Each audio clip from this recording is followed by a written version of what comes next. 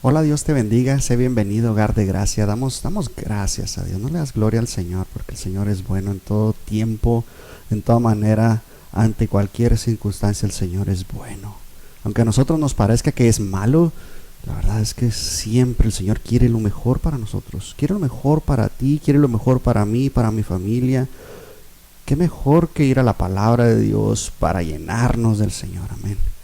Hemos estado analizando las evidencias en la palabra de Dios que nos dan, válgame la redundancia, evidencia de la existencia de Dios, de que la palabra de Dios es buena, es fiel, es absoluta, no cambia, no varía.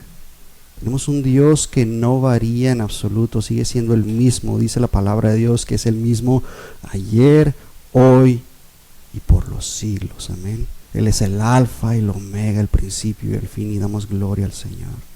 Esta evidencia, nosotros, recuerda, no deberíamos de estar buscando la evidencia porque andamos por fe y no por vista, pero damos gloria al Señor porque nos ha dejado en su palabra la evidencia, y damos gloria al Señor, amén.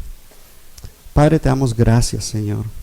Gracias, Señor, por tu palabra, Señor, porque tu palabra nos sigue fortaleciendo, nos sigue llenando, nos sigue revelando, Señor, tu identidad, todo lo que tú eres, Señor. Gracias, Señor, que por medio de ella podemos nosotros revestirnos con toda la armadura, podemos andar en luz, poder nosotros caminar en santidad, Señor. Porque tu santidad, Señor, es perfecta y tú quieres que nosotros seamos santos como tú eres santo, Señor, y te damos gracias, Señor. Gracias, Señor, porque esta santificación es progresiva y conforme apreciamos más tu palabra, conforme comemos más este pan de vida, Señor, somos más santos. Padre, que tu palabra la podamos poner en práctica y poder nosotros ser renovados, Señor, y te damos gracias. En el nombre de Cristo Jesús. Amén, amén y amén. De nuevo, sé bienvenido, hogar de gracia. Dale gloria al Señor, dale gloria al Señor siempre. No te canses de darle gloria al Señor. A pesar de la circunstancia, ora, está gozoso, debes estar gozoso en medio de la tribulación. Porque el Señor, recuerda que la voluntad del Señor es agradable y perfecta siempre, todo el tiempo. Hemos estado viendo infinidad de evidencias que están en la palabra de Dios, tanto históricas como Cristo vino y pisó esta tierra, en la literatura, en la biología, en la física, en la química, en la creación. Hemos estado viendo tantas evidencias, pero ahora quiero que vayamos y empezamos nosotros a escudriñar lo que hay en la arqueología. Hay evidencias en la arqueología que nosotros podemos darnos cuenta, porque la arqueología, mira lo que dice el mundo o lo que significa la arqueología más que nada. Dice, la arqueología es una disciplina científica que se dedica al estudio y la comprensión de la historia y la cultura de las sociedades antiguas y prehistóricas. Utilizando métodos científicos, los arqueólogos investigan y analizan los restos de materiales y las evidencias culturales dejadas por estas sociedades, como artefactos, estructuras arquitectónicas, herramientas, restos humanos y animales y otros. El objetivo de la arqueología es entender cómo vivían y se organizaban las personas del pasado, cómo se relacionaban entre sí y con su entorno natural, cómo iban cambiando las culturas, cómo surgieron las primeras civilizaciones. Y además la arqueología contribuye a la preservación y conservación del patrimonio cultural. Nos ayuda a difundir, a compartir el conocimiento sobre lo que sucedió en el pasado en todas las sociedades. Y damos gracias a Dios. Eso es lo que es la arqueología. Y vamos a analizar lo que la arqueología nos dice acerca de lo que está escrito en la palabra de Dios. Y qué tan confiable es la palabra de Dios y los textos bíblicos que nosotros tenemos en este momento. Damos gracias a Dios porque la arqueología se refiere a lo que está en la palabra de Dios. Recuerda, artefactos, sitios arqueológicos que están relacionados en la palabra de Dios. Vamos a ir a ellos. Hay muchas cosas que la arqueología ha encontrado. Estos arqueólogos van y buscan. ¿Por qué? Porque en la palabra de Dios hay un mapa. Recuerda que hay un mapa. Y gracias a Dios, a este mapa, estos arqueólogos han ido a excavar y a buscar si en realidad existió lo que están buscando y lo que dice la palabra de Dios. Hay descubrimientos que nos permiten a nosotros decir, wow, la palabra de Dios tenía razón otra vez. Hay descubrimientos especiales, por ejemplo, los rollos del Mar Muerto, los rollos de Qumran que se descubrieron en 1940, es uno de los descubrimientos arqueológicos históricos más valiosos que podemos tener en este tiempo. ¿Por qué?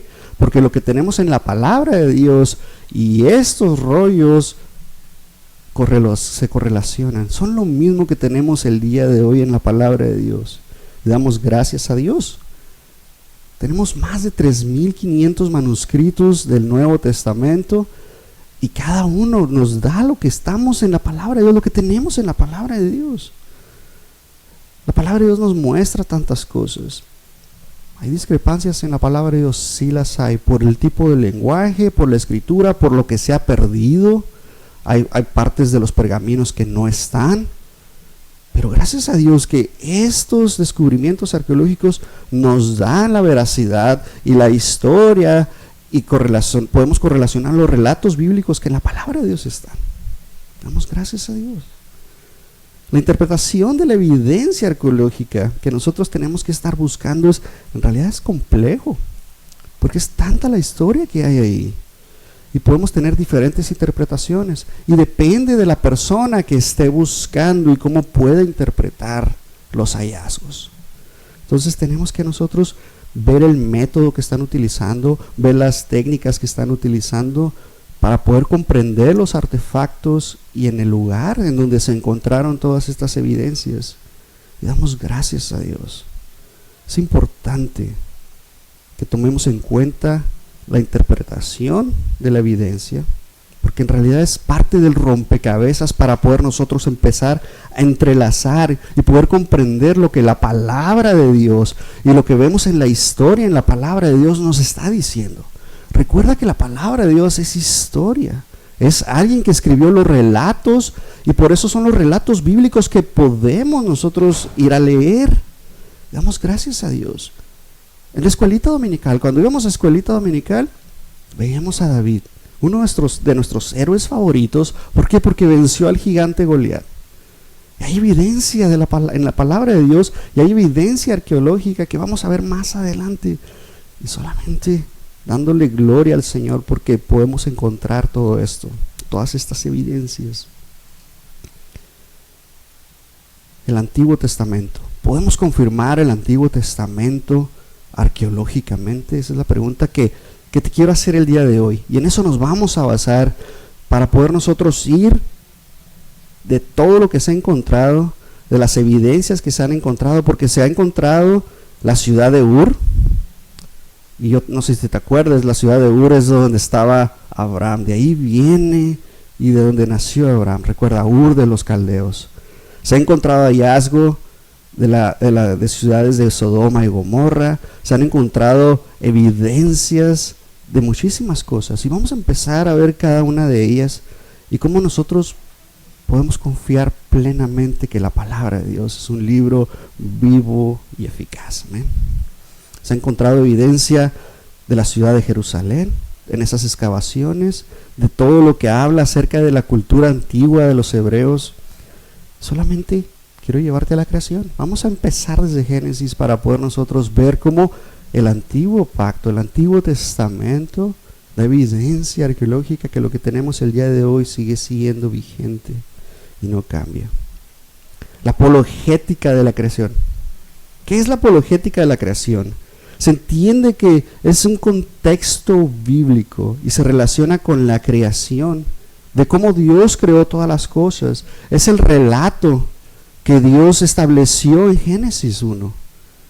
Desde el momento que Dios dice, en esos 6 días que estuvo creando todas estas cosas, y en el 7º día de la creación, Él descansó. Eso es la apologética de la creación. Y es parte de cómo defender nosotros por medio de la palabra de Dios esta creencia, o esto que Dios estableció, porque por fe creemos, dice Hebreos 11:3, por fe creemos que todo fue constituido por medio de la palabra de Dios. ¿Y cómo podemos nosotros refutar todas estas cosas? Porque nosotros tenemos que estar listos para refutar, para defender la palabra de Dios, y tenemos que prepararnos. Y cómo Dios por medio de su palabra crea todas estas cosas. Él es el creador del universo. Él creó los cielos, las estrellas, los planetas, creó todas estas cosas por su voluntad. Y solamente para que todo le dé la gloria al Rey de Reyes y Señor de Señores. Es por medio de todo esto que podemos ver. Y damos gracias a Dios. Dios creó todo esto de la nada. Dice Hebreos, de la nada creó todas las cosas. No es como la teoría de la evolución, que todo se fue formando y fue transformándose. En el Big Bang vemos todo esto, que de la nada sale algo. Y la verdad es que solamente el Big Bang podría ser una explicación de cómo Dios crea todas estas cosas. Porque la teoría del Big Bang solamente te dice que de la nada, de algo, de nada, se creó algo. ¿Y cómo nos dice la palabra de Dios? Y en el principio Dios creó los cielos y la tierra, en el principio. O sea que no existía nada, Él crea todo de la nada. Está creando todas las cosas. Damos gracias a Dios. Nosotros tenemos que estar listos para defender. Y gracias a Dios por la evidencia que tenemos a través de la historia, que podemos defender. Y estar preparados para refutar. Cuando venga la contradicción, cuando vengan a decirnos cómo es posible que Dios haya creado todas estas cosas. Y vamos a empezar a ver cómo la historia de todas las culturas de la raza humana, la evidencia que existe el día de hoy, solamente datan aproximadamente un poquito más de 6,000 años, no más de eso. No vemos más de eso en todas las culturas a través de la historia. Damos gracias a Dios. El Señor es perfecto en toda su creación, en toda su complejidad, porque detrás de esta creación hay algo tan complejo que nosotros tenemos que entender, que de la nada, por obra de la casualidad, no puede existir esta complejidad que existe después de esta belleza de la creación. Es una evidencia que nosotros tenemos ante nuestros ojos. En 1964 se descubrieron unas tablas de Alba. Estas tablas de Alba fue un hallazgo arqueológico que impacta a la palabra de Dios. Y te voy a decir por qué está impactando la palabra de Dios. Porque nos encontraron alrededor de 15,000 tablas de arcilla encontrados en la ciudad de Alba, al norte de Siria. Y estos textos contienen una lengua muy antigua que es semítica y es prácticamente de la edad temprana de los acadios. Es una lengua que viene de los babilonios. Y te digo por qué impacta a la palabra de Dios. Porque nos da evidencia de que existió Sodoma y Gomorra, que existe Jericó, que existió Laquis. Habla acerca de Abraham, habla acerca de Saúl, habla acerca del rey Saúl. Y no le das gloria a Dios. ¿Por qué te digo que impacta? Porque es positivamente este impacto. Nos da evidencia de que lo que está en la palabra de Dios, hay otras culturas que hablan acerca de ello. Damos gracias a Dios. Esta ciudad del Alba, o de Eblea, existió alrededor del año 2400 antes de Cristo y contiene todos estos lugares. Y hay tanta relación entre esta cultura y la cultura hebrea que solamente nos permite a nosotros poder tocar esa evidencia, buscar en la evidencia lo que está mencionando y solamente relacionarlo, cómo estaban las guerras, qué estaba pasando en ese momento y cómo los acadios o babilonios se podían entrelazar entre sus culturas. Y damos gracias a Dios. Los patriarcas, por ejemplo, la mayoría sabemos quiénes son los personajes bíblicos que se mencionan desde el Génesis. Y los podemos ver en el Nuevo Pacto, que Jesús habla acerca de ellos, habla de Abraham, de Isaac, de Jacob, de los hijos de Jacob, o Israel como lo conocemos también. Recordemos que Abraham es considerado el primer patriarca y es uno de los personajes más importantes. Jesús lo menciona en el seno de Abraham, ¿verdad? Cuando está hablando acerca de Lázaro y el rico, menciona a Abraham. También cuando menciona que él conoció a Abraham antes, o más bien Abraham conoció a Jesús antes, y Jesús ahí demuestra su divinidad y dice, yo soy. Damos gracias a Dios, damos gracias a Dios. Isaac, hijo de Abraham, esposa de Sara. Recordemos en la historia que Isaac nació en medio de la vejez de sus padres, cuando ellos ya habían, Sara o Sarai, había pasado ya la edad de poder tener hijos. Y vemos como Dios le hace una promesa a Abraham, que iba a tener una gran descendencia. Y da a luz Sara a Isaac. Y de Isaac se casa con Rebeca, y después vemos la historia de todo esto. Después vemos a José, que va a Egipto. Ya en Egipto salva al mundo de todo lo que iba a suceder, de tal hambruna, y damos gracias a Dios. Vemos a Jacob, ¿verdad? Conocido como Israel, era el hijo menor de Rebeca e Isaac. La palabra de Dios nos enseña que Jacob engañó a Esaú por la primogenitura, vendiéndolo por un plato de lentejas. Pero en realidad no, estaba destinado Jacob a ser el descendiente, ¿verdad? Era parte de los patriarcas. Es importante que nosotros podamos entender toda esta historia, porque qué tan importante es que hasta el Islam habla acerca de estos tres personajes, de estos tres patriarcas, de Abraham, de Isaac y de Jacob, y de sus descendientes.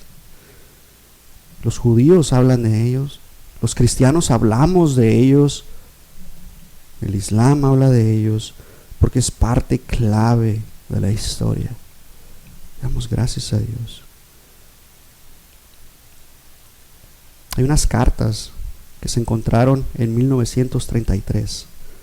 Son unas tablillas de arcilla que se encontraron de una escritura cuneiforme que se encontraron en lo que es la ciudad de Mari, M-A-R-I, Mari, que ahorita actualmente es la ciudad de Siria. Y se encontraron estas tablas que tienen se datan alrededor de 1800 antes de Cristo, y correspondían a registros que se escribieron para el reino de Mari. Y en estas cartas se menciona a Abraham, se menciona a Jacob, y lo que estaba sucediendo en ese momento. Se habla en particular de que estas tablillas proporcionan información sobre los amorreos, que era el pueblo que la palabra de Dios menciona que habitaban en la tierra prometida. ¿Recuerdas a Josué? Él fue y luchó contra ellos. Entonces estas tablas nos dan evidencia de que los relatos bíblicos se empiezan a acomodar y nos empiezan a relatar las cosas. Estas tablas de la misma manera hablan de la guerra que sucedió en Génesis 14. Y te voy a dar el contexto de lo que sucedió en Génesis 14. No sé si tú recuerdas cuando Abraham y Lot estaban juntos, y Dios le había dicho a Abraham que se tenía que separar de su descendencia, ¿verdad? De todos los que le acompañaban, y se tenía que ir solo.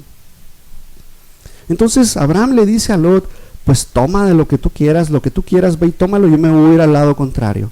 Y vemos la historia que Lot decide irse cerca de Sodoma y Gomorra, y Abraham se va al otro lado. Entonces esta guerra que se habla aquí en las cartas de Mari es la misma guerra que sucede en Génesis 14. Y vemos a estos reyes que están invadiendo reinos y están destruyendo y conquistando todo lo que estaba a su paso. Y se menciona al rey de los amorreos, Arioc. Ese nombre es el mismo que está en la palabra de Dios, que es Arioc es el que está en la palabra de Dios, en la Biblia. Y el nombre que dice aquí en las cartas de Mari es Ariwik, que es lo mismo, es lo mismo. Uno está en hebreo y el otro está más que no tengo lo que significa en su nombre en específico, pero es el mismo nombre. Y están estos reyes, y las cartas de Mari hablan de esta guerra, de estos 5 reyes que van y conquistan a Sodoma y Gomorra. Y después vemos en la palabra de Dios que cuando Abraham se entera de lo que está sucediendo, él va y derrota a estos reyes. Y lo mismo nos dicen estas cartas, que son derrotados estos reyes. Y después vemos que Melquisedec bendice a Abraham por lo que hizo. Y damos gracias a Dios. Es la evidencia que nosotros tenemos a través de la arqueología y cómo son derrotados estos reyes. Y algo importantísimo, el diluvio. Y aquí es donde quiero entrar a detalle, porque podemos cuestionar el diluvio. ¿Por qué el diluvio es un acontecimiento real o no es real? Porque muchos piensan que no es real, que solamente es una historia que alguien se inventó, que la Biblia se inventó todas estas historias. Un hombre que entró y construyó un arca, y lo vimos la semana pasada, con las dimensiones que Dios le dio de cuánto tenía que medir este barco, y cómo una persona y su familia salvan al mundo, o más bien se salvan ellos de la inundación, y de ahí el mundo empieza a proliferar. Y esta historia ha sido debate por mucho tiempo y controversia, y la verdad es que sí lo es. Pero solamente quiero llevarte a las historias que hay en diferentes culturas. Hay diferentes religiones que son muy antiguas que hablan de estas similitudes y lo que está sucediendo conforme al relato que la palabra de Dios, que la Biblia nos da. Y vamos a ver lo que nos dicen estas culturas, y solamente te quiero llevar a algunas de ellas. Te voy a mencionar alrededor de unas 14 culturas, y todavía faltan más, pero solamente te quiero dar 14, y tú empiezas a dar tus conclusiones, empieza a analizar lo que la historia nos dice, para que tú puedas tomar una decisión si el relato que está en la palabra de Dios es verídico o no lo es. La cultura sumeria es una de las más antiguas, y existe una historia que narra la historia del diluvio en medio de un poema de Gilgamesh, que es considerado uno de los textos literarios más antiguos del mundo. En este poema se encuentra el dios Enlil, que decidió enviar un diluvio para acabar con la humanidad. Pero el dios Ea reveló un plan a Untafimish, como un hombre justo que construyó un barco y salvó a su familia, a un par de cada especie animal. ¿Te das cuenta la similitud que está con Génesis? Es un hombre justo que un Dios le reveló. Encontró este hombre justo, construyó un barco, salva a su familia y aparte salva un par de cada uno de los animales. Esto está en la cultura sumeria. Número 2, la mitología griega. La historia del diluvio se cuenta que en la obra de Deucalión y Pirra. Según la historia, Zeus decidió destruir la humanidad con una inundación, pero Deucalión y Pirria sobrevivieron construyendo una embarcación y se convirtieron en los padres de la nueva raza humana. ¿Te das cuenta? De dos personas construyen una embarcación y de ahí viene la descendencia que conocemos el día de hoy. Esa es la mitología griega. La mitología india. El relato del diluvio se encuentra en la historia de Manu. Según la historia, Vishnu, el dios hindú, se disfrazó como un pez y advirtió a Manu sobre una inundación que iba a ocurrir. Manu construyó un barco y sobrevivió a la inundación, convirtiéndose en el padre de la nueva humanidad. La cultura inca. En la mitología inca se cuenta la historia del diluvio de Pachacamac, que narra cómo el dios Pachacamac envió un diluvio para destruir a la humanidad y cómo los sobrevivientes se convirtieron en los antepasados de los incas. En la mitología babilónica, en el Enuma Elish, una epopeya babilónica, se cuenta la historia del diluvio, aunque con diferencias, aspectos o respectos a la versión sumérica. Entonces, si te das cuenta, los babilonios y los sumerios están muy relacionados en su cultura, en su historia, y es un poco diferente nada más. La mitología azteca. El relato del diluvio se encuentra en la leyenda de Coxcox y su esposa Xochiquetzal. Según esta leyenda, una inundación cubrió la tierra y mató a todos menos a Coxcox, y a Xolequitzal, quienes sobrevivieron construyendo un bote y llegaron a una montaña alta de donde se establecieron y se convirtieron en los padres de la nueva humanidad. ¿Te das cuenta? Ahora vemos que dos personas construyeron un barco, un bote grande, o no dice bote grande, pero construyeron un bote y llegaron a la montaña más alta.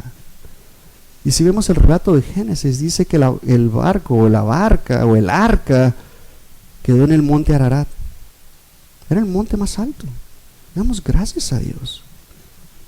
La cultura maya, la mitología maya cuenta la historia del diluvio en el Popol Vuh, que narra cómo los dioses enviaron un diluvio para destruir a la humanidad y cómo los sobrevivientes se convirtieron en los antepasados de los mayas.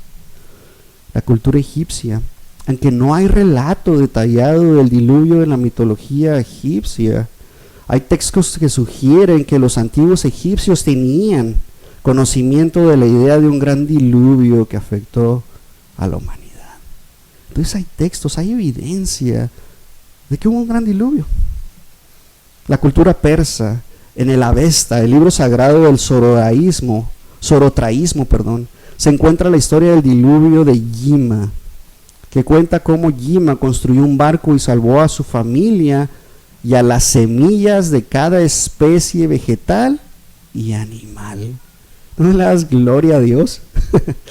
La cultura japonesa, en la mitología japonesa se encuentra la historia del dios del mar que envió un diluvio para castigar a los humanos por su maldad, pero solo un par de humanos sobrevivieron en una barca. La cultura inca, en la cultura inca se encuentra la historia, ya lo había dicho, la cultura de Mapuche.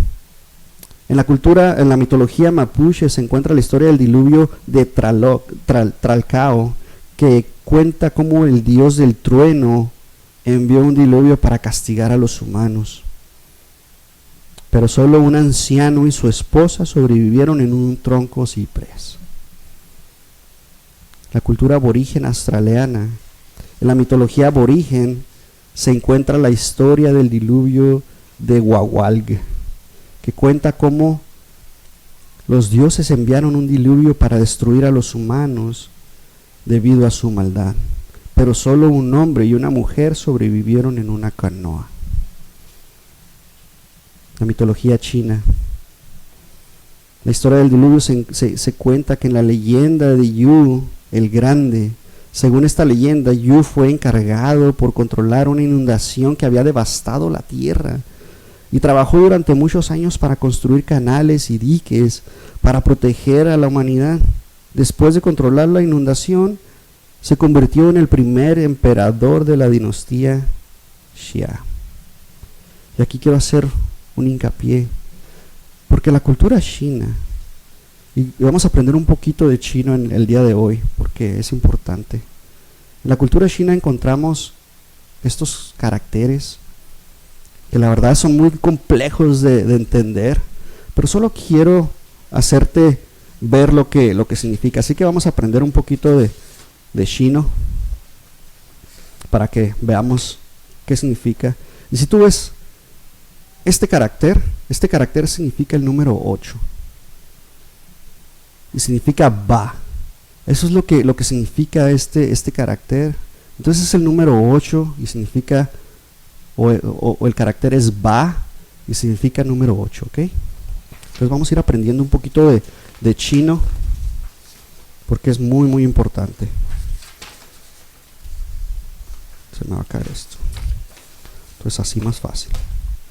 Entonces este número o este carácter significa, es la palabra kou, que significa boca. Entonces si te fijas es una forma de una boca el carácter. El siguiente carácter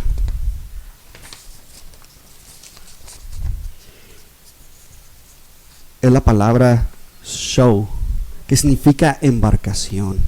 Y si te fijas tiene una forma como de propela, tiene aquí lo que es un barco. Y ahora sí viene lo bueno. Viene lo bueno. Esta palabra, el origen para barco, el origen antiguo para barco es la palabra xuan. Esta es la palabra xuan. Solamente quiero que la veas. Entonces tiene el barco o una barca, tiene la palabra boca, perdón, la palabra 8, y tiene la palabra boca. Entonces, este carácter en especial, el resultado de estos 3 caracteres, lo que significa es 8 bocas en una embarcación. Esto es el carácter antiguo para la palabra barco o Shuan. ¿Te das cuenta? Una de las culturas más antiguas de la historia que hay como evidencia. Los primeros, los más antiguos han sido los babilonios, de acuerdo a lo que se ha encontrado evidencia. Pero vemos en el Génesis, que viene el Génesis y nos dice algo diferente.